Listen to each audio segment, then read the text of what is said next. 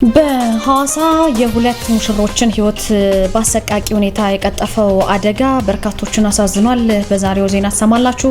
በጥቁር አንበሳ ሆስፒታል የኤምአርአይ ማሽን ስራ ካቆመ ከ5 ዓመት በላይ ሆኖታል። ለምን? በዜናችን ይዘነዋል። መኪና አደጋ እንዲሁ ተከስቷል። መኪናው ዳገት እየወጣ ባለበት ሰዓት ፍሬን መቆጣጠር ባለመቻሉ ወደ ኋላ በመመለሱ ወይም ስትራፕ በማድረጉ ከሌላ መኪና ጋር ተጋጭቶ ነው አደጋው የደረሰው ብሏል ፖሊስ። ስለዚህ ጉዳይ ሰማላችሁ። ከፖለቲካ በላይ ለህዝብ ቅድሚያ ይሰጥ ሲሉ የአሜሪካው አምባሳደር ኤርቪን ማሲንጋ ተናግረዋል። የት ሄደው ነው እንደዚህ ያሉት? በዜናችን እንነግራችኋለን። የዘንድሮ የኖቤል የሰላም ሽልማት አሸናፊ ሽልማቷን ለዶናልድ ትራምፕ ሰጥተዋለች። እንዴት ውላችኋል? አሃዱ ኒውስ ኤንድ ፖለቲክስ የናንተው የመረጃ ቻናላችሁ ነው። ከዚህ በመቀጠል አጠራ አድርጌ ዜናዎችን እነግራችኋለሁ። እኔ ናርዶስ አለማየሁ ነኝ። የትም እንዳትሄዱ፣ ሰብስክራይብ ማድረግ እንዳይረሳ።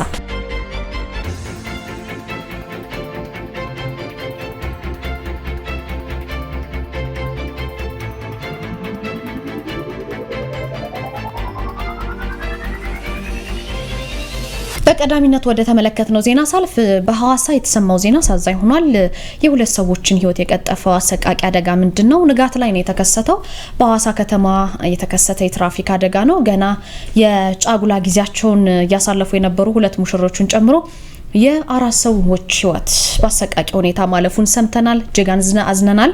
የሞት ግብዣው እንግዲህ በመኝታ ቤት ነው የተከሰተው። ከሐዋሳ ወደ ሰደቦሮ እቃ ጭኖ ሲጓዝ የነበረ አንድ አይሱዙ የጭነት መኪና መንገድ ስቶ አጥር በመጣሱ ነው የሙሽሮችን መኝታ ቤት ሰብሮ ገብቶ የገጫቸው። ከዛም ለህልፈት የተዳረጉት ጥንዶቹ በሰላም ተኝተው በነበረበት ወቅትም መኪናው ቤቱን ሰብሮ በመግባቱ በቅጽበት ህይወታቸው አልፏል። በአደጋው የሟቾች ዝርዝር ምንድነው?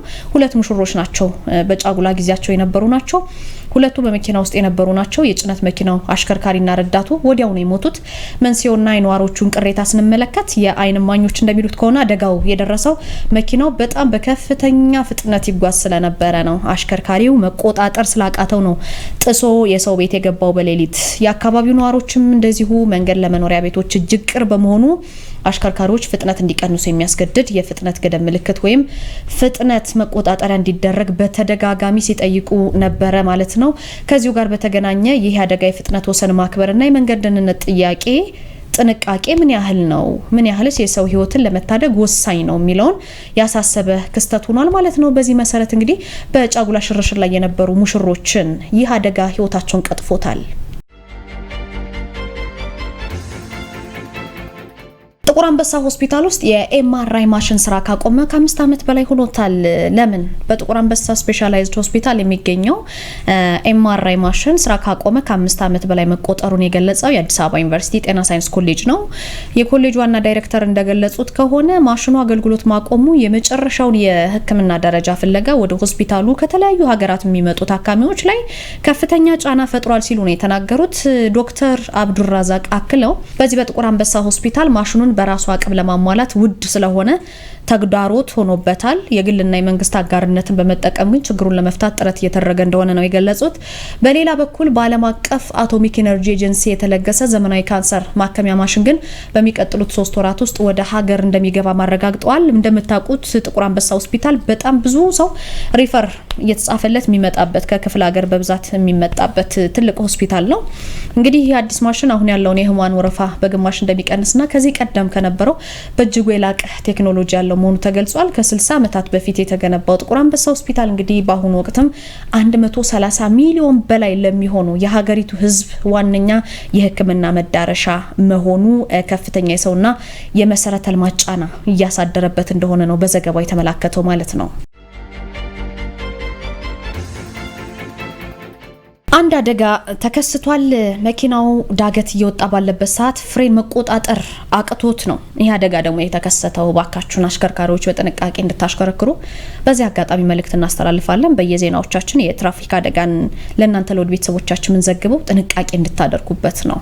ሁሉንም ዜናዎች ስንዘግብ የመኪና አደጋን ምናክለው ለጥንቃቄ እንዲሆናችሁ ነው አሽከርካሪዎችም ልትኖሩ ስለምትችሉ ስለዚህ ይሄ ደግሞ የሆነው በደቡብ ኢትዮጵያ ክልል ጋሞ ዞን ቦሮዳ ወረዳ ጭላሼ ተብሎ በሚጠራ ቀበሌ ነው ክፍት አይሱዙ መኪና ነው ይሄም ለቅሶ ደርሰው ሲመለሱ በነበሩ ሰዎች ላይ ነው በደረሰ ድንገተኛ አደጋ 5 ሰዎች የሞቱት እነዚህ ደግሞ ለቅሶ ደርሰው እየተመለሱ ነበር የወረዳ ፖሊስ አዛዥ ረዳት ኢንስፔክተሩ እንደገለጹት አደጋው የደረሰበት መኪና ቁጥሩ ኮድ 313227 አዲስ አበባ የሆነ ተሽከርካሪ ነው ለቅሶን በማሳበብ ከ30 በላይ ተሳፋሪዎችን ጭኖ ነው ሲጓዝ የነበረው የተሽከርካሪ ደግሞ ዳገት እየወጣ ባለበት ነው ፍሬን መቆጣጠር ስላልቻለ ወደ ኋላ ተመልሶ ወይም ስትራፕ አድርጎ ከሌላ መኪና ጋር በመጋጨቱ አደጋው የተከሰተው በአደጋው ደግሞ እስካሁን 4 ወንድና 1 ሴት በድምሩ 5 ሰዎች ሞተዋል በ7 ሰዎች ላይ ከባድ ጉዳት ደርሷል በ24 ሰዎች ላይ ቀላል ጉዳት ደርሷል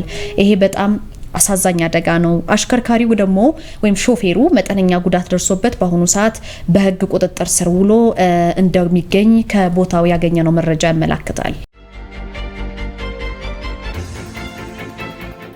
የአሜሪካው አምባሳደር ኤርቪን ማሲንጋ ከፖለቲካ በላይ ለህዝብ ቅድሚያ መሰጠት እንዳለበት ተናግረዋል በኢትዮጵያ አሜሪካ አምባሳደር ኤርቪን ማሲንጋ ሆመራን ጎብኝተዋል አምባሳደሩ በጉዟቸው ህዝቡ እየተጋፈጠ ያለውን ችግር ባይናቸው እንደተመለከቱና የመሰረተ ልማት ውስን የጤና አገልግሎትና የመሰረታዊ አገልግሎቶች አለመኖር የህዝቡን ኑሮ ምን ያህል እንደጎዳው ጠቅሰዋል ሆመራ ሄደው ነው ይሄንን ያሉት በግጭት የተፈናቀሉ ሰዎች ጭምር ለአመታት ባለም አቀፍ ድጋፍ ላይ ጥገኛ ሆኖ መቆየታቸውን ማንስተዋል አምባሳደሩ ምንም እንኳን ሰብአዊ እርዳታ ወሳኝ ቢሆንም ዘላቂ መፍትሄ አይደለም ብለዋል ሁሉም ወገኖች ከፖለቲካ በላይ ለህዝብ ቅድሚያ ይስጡ ሲሉ ነው ጥሪ ያቀረቡት ከምንም ነገር በላይ ህዝቡን በማስቀደም መጻኢ ፖለቲካ እድላቸውን በተገቢው ጊዜ እንዲወስኑ እድል ሊሰጣቸው ይገባል ብለዋል ሁሉም ሰው ግን ደህንነቱና ክብሩ በተጠበቀ ሁኔታ ቀጣይ ህይወቱን የት መገንባት እንዳለበት እንዲወስን በኢትዮጵያ የሚመራና በተባበሩት መንግስታት የሚታገዝ ሂደት አሜሪካ ትደግፋለች ብለዋል ለዚህ ደግሞ ሁሉም ወገኖች ከፖለቲካ በላይ ህዝብን ወደፊት በማስቀደም የወደፊት የፖለቲካ ጣፋንታቸውን በተገቢው ወቅት እንዲወስኑ ጥሪ እናቀርባለን ሲሉ ገልጸዋል የወደፊቱ መንገድ ውስብስብ ነው ያሉት አምባሳደሩ ነገር ግን ቅድሚያ ሊሰጠው የሚገባው ጉዳይ ጉዳት ላጋጠማቸው ደህንነት መሆን አለበት ብለዋል አሜሪካ ኢትዮጵያን ለዘላቂ ሰላምና መረጋጋት በሚያደርጉት ጥረት ውስጥ ደግሞ ድጋፏን ለመስጠት ቁርጠኛ መሆኑን አንስተዋል ማለት ነው ከዛ ባሻገር እስከ ጦርነቱ በፊት በትግራይ ክልል አስተዳደር ሲኖር የነበረው ሁመራና አካባቢው አሁን ላይ በአማራ ክልል ስር ወልቃይት ጠገዴ ሰቲት ሁመራ ዞን በሚል እየተዳደረ ይገኛል እንግዲህ አሜሪካው አምባሳደር ወደ ስፍራው ባቀኑበት ወቅትም ከዞኑ አስተዳዳሪና ሌሎች አካላት ጋር መክረዋል አቶ ሸቱ ደምለው የወልቃይት ጠገዴ ህዝብ በገዛ ስርዓቱ ብዙ ነገር ሲደርስበት መቆየቱን ያለም አቀፍ ማህበረሰብ የሚያውቀዋል የበደሉ መቋጫ የሆነው ደግሞ በማይካራ የተከሰተው ነው ሲሉ ተናግረዋል በዚህ መሰረት በሁመራ ተገኝተው ጉብኝት አድርገዋል ማለት ነው የዘንድሮዋ የኖቤል የሰላም ሽልማት አሸናፊ ሽልማቱን ለዶናልድ ትራምፕ ሰጥተዋለች የኖቤል የሰላም ሽልማት አሸናፊ የሆነችው ቬንዙዌላዊቷ ተቃዋሚ ማሪያ ኮሪና ወደ ነጩ ቤተ መንግስት በማቅናት ሽልማቷን ለፕሬዝዳንት ዶናልድ ትራምፕ ሰጥታለች ዶናልድ ትራምፕ ደግሞ አቆምኳቸው ያሏቸውን ጦርነቶች በመዘርዘር ሽልማቱ እንደሚገባቸው በተደጋጋሚ ሲናገሩ የሚታወስ ነው እናንተም ታስታውሱታላችሁ ያገኙት ግን ከኖቤሉ ይልቅ ከፊፋ የተሰጣቸውን አዲሱን የሰላም ሽልማት ብቻ ነው ትራምፕ እንግዲህ ማሪያ ለሰራሁት ስራ የኖቤል የሰላም ሽልማቷን ሰጥታኛለች ሲሉ በማህበራዊ ሚዲያቸው በመጻፍ ሽልማቱን በይፋ መቀበላቸውን አረጋግጠዋል ዋይት ሃውስም ሽልማቱን ሲቀበሉ የሚያሳይ ምስል አጋርቶ ነበር የኖቤል ኮሚቴ ከቀናት በፊት እንግዲህ ዜናው ከተሰማው ዲ በጉዳዩ ላይ ማብራሪያ መስጠቱ የሚታወስ ነው ኮሚቴው የሽልማቱ አሸናፊ አንዴ ከተገለጸ በኋላ ሽልማቱ ከማይሻርና ወደ ሌላ ሰው የማይተላለፍ እንደሆነ ገልጾ እንደነበር የምናስታውሰው ነው በዚህ መሰረት ሽልማቷን ለዶናልድ ትራምፕ አስረክባለች ማለት ነው ውድ ቤተሰቦቻችን ከኔ ጋር የነበረን ቆይታ ይህን ይመስል ነበረ ከአሀዱ ሬዲዮ ሌሎችን መረጃዎች ተሰማላችሁ ከወዲሁ ለመላው የክርስትና እምነት ተከታዮች መልካም የጥምቀት በዓል እንዲሆንላችሁ እንመኛለን በያላችሁበት ጥሩ ቆይታ ይሁንላችሁ መልካም ጊዜ ሳሙን የመራው ፍቅር ተብልተው የዓለም ስራ ዘውዱ ቴክኒክን የተቆጣጠረች ህይወት የጌትነት የእናንተ ውድ ቤተሰቦቻችን ሐሳብ አስተያየት ጥቆማ እየተቀበለች አብረናችሁን ዘልቃለን አንኳር ዘገባዎቹ ቀዳሚ ናቸው በገለልተኛ ተቋማት ላይ የሚደረጉ ፖለቲካዊ ጣልቃ ገብነት በምርጫ ሂደት ውስጥ ያላቸው ሚና አጣብቂኝ ውስጥ እንደሚገባ ተገለጸ። በልምዳቸው የዳበረ አቅም ያላቸው የተቋማት አመራሮች ፖለቲካዊ ጫና በማሳደር ከኃላፊነታቸው እንዲነሱ የተደረገ መሆኑን ተገልጿል። በገለልተኛ ተቋማት ላይ የሚደረጉ ፖለቲካዊ ጣልቃ ገብነት በምርጫ ሂደት ውስጥ ያላቸው ሚና አጣብቂኝ ውስጥ እንዲገባ እየተደረገ ነው ሲሉ ፖለቲከኛው አበበ አካሉ በትናንትናው ዕለት ከአሃዱ መድረክ ጋር በነበራቸውም ቆይታም ተናግረዋል። እንደ ምርጫ ቦርድ ያሉትን ጨምሮ ገለልተኛ ተቋማት ውስጥ ከፍተኛ ልምድ ያላቸው አመራሮች የፖለቲካዊ ጫና በመኖሩ ምክንያት ከኃላፊነታቸው እንዲለቁ እየተደረገ ነው ሲሉም ገልጸዋል። የዲሞክራሲ ተቋማት አሉ እንዴ ሌላ ያሉ የተሻለ እንቅስቃሴ ሲያደርጉ እኮ ወገባቸውን ይላቸዋል ማለት የኢትዮጵያ ሰብአዊ መብት ኮሚሽን እኮ ዶክተር ዳንኤል በመራቸው 5 ዓመታት ውስጥ በጣም ጥሩ እንቅስቃሴ ነበር እያደረገ ያለው። የባለፈው ምርጫ ገምግመዋል። ኢትዮጵያ ውስጥ የሚፈጠሩ የሰብአዊ መብት ጥሰቶችን በደንብ አጋልጠዋል። ምርጫ ቦርድ 5 ዓመት የባለፈው ምርጫ የመሩት ሰዎች ምን አለ 1 ዓመት ቢደግሙ እርሾ የሌላቸውን አዳዲስ ሰዎች ነው ያመጡ ሀ ብለው ነው የሚጀምሩ። የመጀመሪያው ምርጫ ላይ ሚስ የተደረገውን ነገር በዚህ ምርጫ ማስተካከል እንዳይችሉ የዲሞክራሲ ተቋማቱ ገለልተኛ ቢሆኑ በባለፈው ምርጫ ላይ የፍትህ ተቋማቱ ችግር ሲፈጠር በቅርበት ፈታ አካላቱ ጭራሽ ለፓርቲው ወገናዊ የሆኑ ለብልጽግና በጣም ብዙ ችግርና ስቃይ ሲፈጥሩ የነበሩት እነሱ ናቸው። ይሄንን ስንመለከት የገለልተኝነት ጉዳይ ፍርድ ቤት የፈታው እስረኛ ፖሊስ አንገቱን አንቆ መልሶ አስገብቶ የሚያስረው ከሆነ የትጋኑ ፍትህ ያለው የትጋኑ ገለልተኛነት የፍትህ ተቋማት እነኚህ ተቋማት ነጻና ገለልተኛ መሆን አለባቸው ስንል እኮ እንደው አትሊስት የተወሰነ ፐርሰንት እኮ ይሄንን ስናይ በደንብ ማሳያ ናቸው። እነኚህ ተቋማት ደግሞ ገለልተኛ ካልሆኑ መቼም ቢሆን ኢትዮጵያ ውስጥ ፍትሃዊ ምርጫ ይደረጋል ብሎ ማመን አይቻልም። በቀጣይ ይካሄዳል ተብሎ በሚጠበቀው 7ኛው ሀገራዊ ምርጫ ከመደረጉ በፊት እንደ ምርጫ ቦርድ የፍትህ የጸጥታ ተቋማትና የሰብአዊ መብት ተሟጋች ድርጅቶች ላይ ጫና ከማሳደር ይልቅ ዲሞክራሲን ማለማመድ ያስፈልጋል ነው ያሉት። የግብር ውሳኔዎችን ፍትሐዊነት ለማረጋገጥ የኦዲት ጥራት ማረጋገጫ ክፍል መቋቋሙ ተገልጿል። የግብር አወሳሰን ሂደትን ይበልጥ ግልጽና ፍትሐዊ ለማድረግ ያለ አግባብ የተወሰኑ ውሳኔዎችን የሚመረምሩና ጥፋተኛ ሆነው በሚገኙ አካላት ላይ እርምጃ የሚወስዱ 2 ልዩ የስራ ክፍሎች ተቋቁሞ ወደ ስራ መግባቱን የአዲስ አበባ ከተማ ገቢዎች ቢሮ አስታውቋል። በቢሮው የታክስ ውሳኔ አጣሪ ዳይሬክተር አቶ ኤርሚያስ ደጌ በአሁኑ ወቅት የግብር አወሳሰን ሂደቱን ተአማኒ ለማድረግ በ2 ዋና ዋና ዘርፎች ላይ ትኩረት ተደርጎ እየተሰራ ነው ብለዋል። የመጀመሪያው ያለ አግባብ የተወሰኑ ከፍተኛ ግብሮችን መመርመር ሲሆን ሁለተኛው ደግሞ ሆን ተብለው ዝቅ ተደርገው የሚወሰኑ ውሳኔዎችን በመለየት ተጠያቂነትን የሚያሰፍን በዳይሬክተር ደረጃ የተዋቀረ የኦዲት ጥራት ማረጋገጫ ክፍል መሆኑንም ገልጸዋል። በአጠቃላይ እነዚህ ውሳኔዎች ሲወሰኑ በማን ክፍተት ነበረ? አሁን የኛ ትልቁ ስልጣን የተሰጠን ግብር ከፋይ ለኦዲት ያላቀረባቸውን ማስረጃዎች እኛ የማየት ስልጣን አለ። ስለዚህ በብዛት አሁን ግብር ከፋዩ ለኦዲት ሲጠራ ብዙ ማስረጃዎችን ላያቀርብ። ስለዚህ እነዚህ ማስረጃዎች ሲያቀርብ እኛ እንዲያዝለት እናደርጋለን። ስለዚህ እዚህ ጋር የኦዲተሩን በተቋሙም ደረጃ የተሰራ ስህተት የለም ማለት ነው። ስለዚህ እነዚህን ለመለየት አላግባብ ተወስኗል ተብሎ ከታሰበ ግን ቅጣቶችን የሚቀጡበት ሂደት አለ ማለት ነው። ቅድም መጀመሪያው ላይ ካያችሁት ተቋሙ እንደ አዲስ እየጀመረው የፍትሐዊነትን አሰራርን ለመስራት የሚጠቀመው 2 ክፍሎችን እየተጠቀመ ያለው እዚህ ጋር አሁን እኛ ጋር ያለው ተጨማሪ በተወሰነ ውሳኔና አላግባብ የተወሰኑ ውሳኔዎችን ላይ ዝቅ ተደርጎ ደግሞ የሚወሰኑ ውሳኔዎችን ተጠያቂ ነትን የሚያስፈርበትን ደግሞ እንደዚሁ በዳይሬክተር ደረጃ ተቋቁሞ የሚሰራ ክፍል አለ። ይህ አሰራር የኦዲት ጥራትን ከማረጋገጡም በላይ በግብር ከፋዩና በተቋሙ መካከል ያለውን አለመግባባት በመቀነስ ረገድ ከፍተኛ ሚና ይኖረዋል ተብሎ እንደሚጠበቅም ተመላክቷል።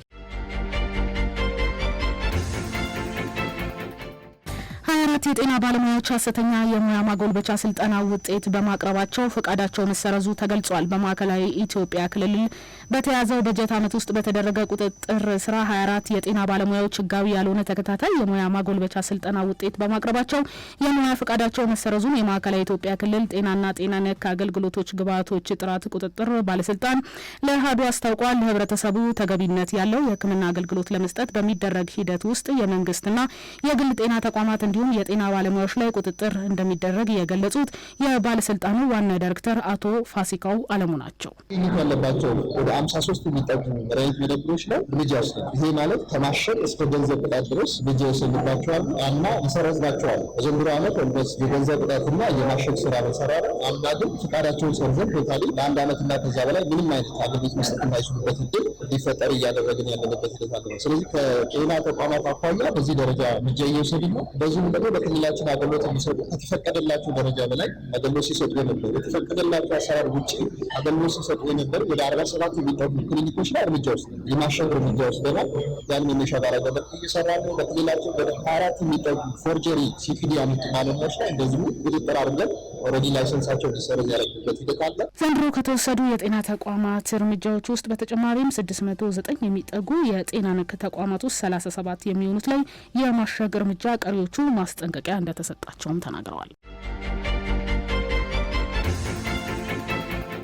በሊቢያ የጅምላ መቃብር ቢያንስ 21 ስደተኞች አስክሬን መገኘታቸው ተገልጿል። ስማቸው እንዲገለጽ ያልፈለጉ የጸጥታው ባለስልጣናት አብዛኞቹ ስደተኞች ከሳህራ በታች ካሉ የአፍሪካ ሀገራት የመጡ መሆናቸው ተገልጿል። በሊቢያ የጅምላ መቃብር ቢያንስ 21 ስደተኞች አስክሬን መገኘታቸው ተገልጿል። በህይወት የተረፉ ስደተኞች መካከል ሴቶች፣ ህጻናት የሚገኙ ሲሆን እነዚህም ወደ ሆስፒታል ተወስደዋል ተብሏል። የጅምላ መቃብሩ የተገኘው በስተደቡብ ምስራቅ 10 ኪሎ ሜትር ርቀት ላይ ሲሆን በሰሜን አፍሪካ ሀገር ሁለተኛዋ ትልቋ ከተማ ነች ተብሏል። ሊቢያ የጅምላ መቃብር ስለተገኙ 21 ስደተኞች አስክሬን ቀጣይ ሂደት የተገለጸ ነገር ግን የለም። ዘገባው የሮይተርስ ነው።